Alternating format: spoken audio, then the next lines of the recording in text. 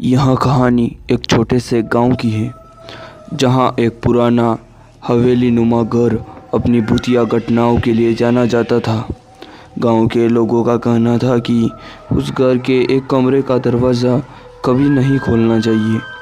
जो भी उसे खोलता था उसके साथ कुछ भयानक और अनहोनी घटना घट जाती थी। कहानी की शुरुआत होती है रोहित से, जो एक शहर से गांव में अपने दादा दादी से मिलने आया था।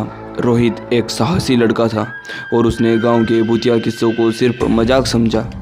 जब उसने अपने दादा से उस हवेली के बंद कमरे की कहानी सुनी तो उसकी उत्सुकता और भी बढ़ गई। दादा ने बताया कि उस कमरे में बहुत साल पहले एक औरत की मौत हो गई थी। कहते हैं उसकी आत्मा आज भी उस कमरे में कैद है। जो भी उस दरवाजे को खोलता है वो कभी भी वापस नहीं आता।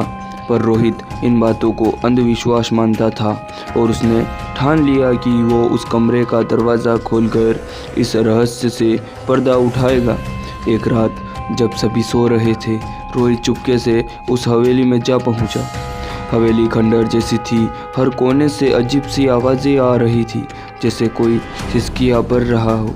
लेकिन रोहित ने अपने डर को दबाया और उस बंद दरवाजे की ओर बढ़ा। दरवाज़ा बहुत पुराना और भारी था। रोहित ने जैसे ही दरवाजे के हैंडल को छुआ, उसके शरीर में एक ठंडी लहर दौड़ गई।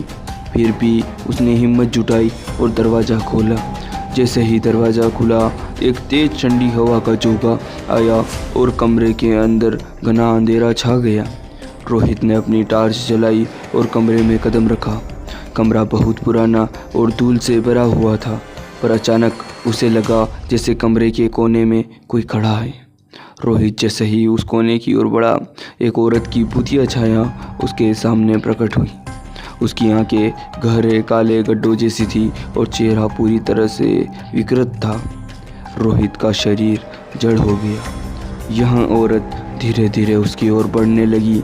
उसकी आवाज़ में सिर्फ सिसकियाँ और दर्द था। रोहित समझ चुका था कि उसने बहुत बड़ी गलती कर दी थी।